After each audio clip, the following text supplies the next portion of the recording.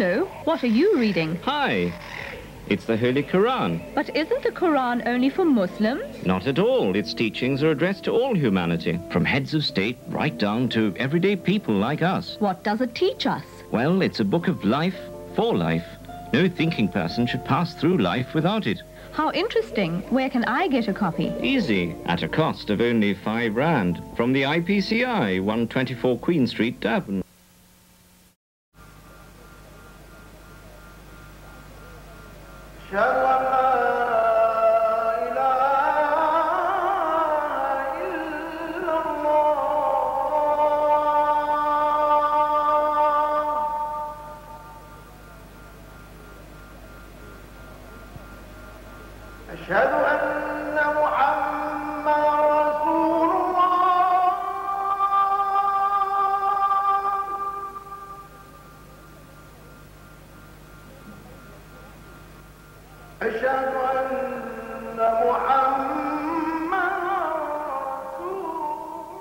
Assalamu alaikum.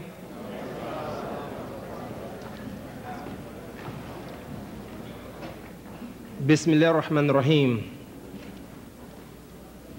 In the name of Allah, most gracious, most merciful. My beloved brothers and sisters and friends,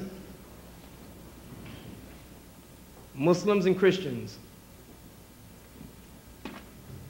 we welcome you tonight to this very historic debate entitled Crucifixion, Facts or Fiction. The debate, the format of tonight's debate, the first speaker will speak for 50 minutes. The second speaker will speak for 60 minutes. And the first speaker will come again and speak for 10 minutes. After that, you, the audience, will have an opportunity to participate and ask your questions. So with that, brothers and sisters, I'm going to flip the coin and ask the gentleman to choose head or tails, and the one who wins will have the choice to begin or not to begin.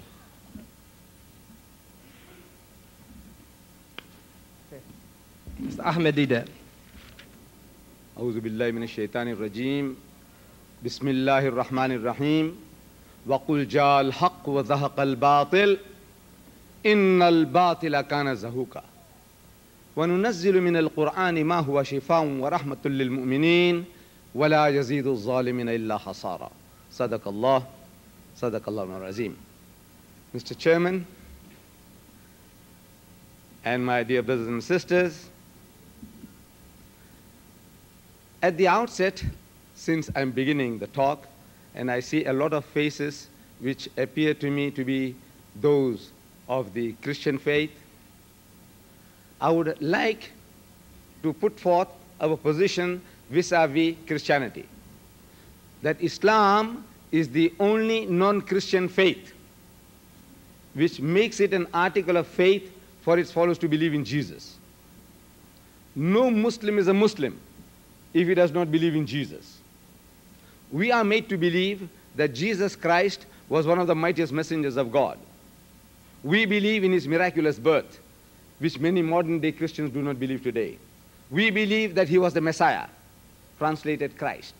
And we believe that he gave life to the dead by God's permission, and he healed those born blind and the lepers by God's permission. As such, the Muslim and the Christian is going together. But the parting of the way takes place on three bases. Number one, the original sin. Number two, the divinity of Christ. And number three, the crucifixion. These are points of differences between the Muslims and the Christians. With regards to the subject of crucifixion, as you see here on this banner here, it says crucifixion, fact or fiction. Now the Holy Quran gives a direct answer to that question.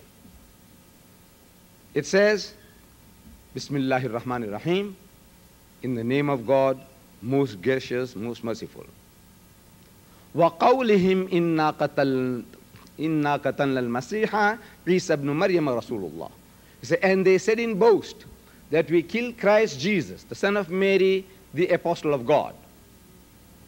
The Quran goes on, says, وَمَا قَتَلُوهُ وَمَا صَلَبُوهُ. They didn't kill him, nor did they crucify him. وَلَكِنْ شُبِّهَ لَهُمْ. But it was made to appear to them so. وَإِنَّ الَّذِينَ اخْتَلَفُوا فِيهِ لَفِي شَقٍّ مِّنْهُمْ. And those who dispute therein are full of doubts. مَا لَهُمْ بِهِ مِنْ عِلْمٍ. They have no certain knowledge. إِلَّا اتِّبَاعَ الظَّنِّ. They only follow conjecture, guesswork, fiction. وَمَا قَتَلُوهُ يَقِينًا. For of a surety they killed him not. It calls this event described by the Christian as crucifixion, C-R-U-C-I-F-I-X-I-O-N, crucifixion, to fix a person on the cross, anyhow, by nails or ropes or strings, and have him killed. To crucify means to kill by hanging or impaling on the cross, F-I-X-I-O-N, crucifixion. We say it is cruci, F-I-C-T-I-O-N, fiction. It sounds the same, crucifixion or crucifixion. The spelling gives us the difference between the two, that in the Islamic point of view, it is a fiction.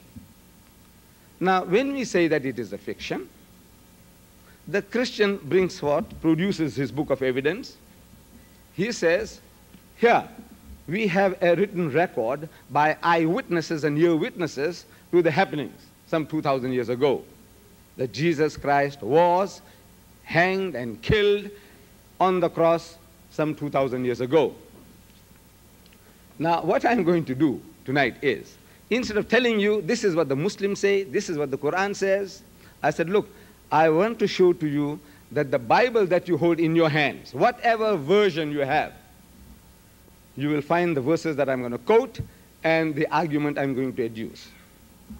See, Jesus Christ, after his alleged crucifixion, he returns to that upper room where they had the Last Supper. And he walks in and he says, Shalom Aleichem in Hebrew, meaning peace be unto you. When he said peace be unto you, his disciples were terrified.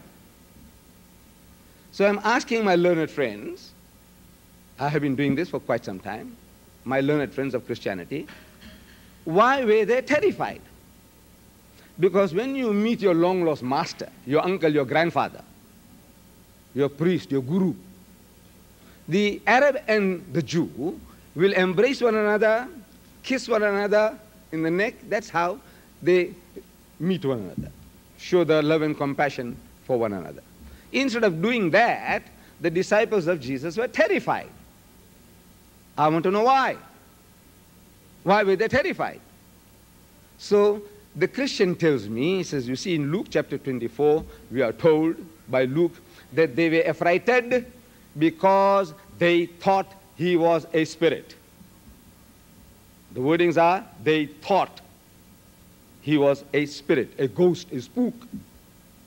So I'm asking, did he look like a spirit? Did he look like a ghost? Did he look like a spook?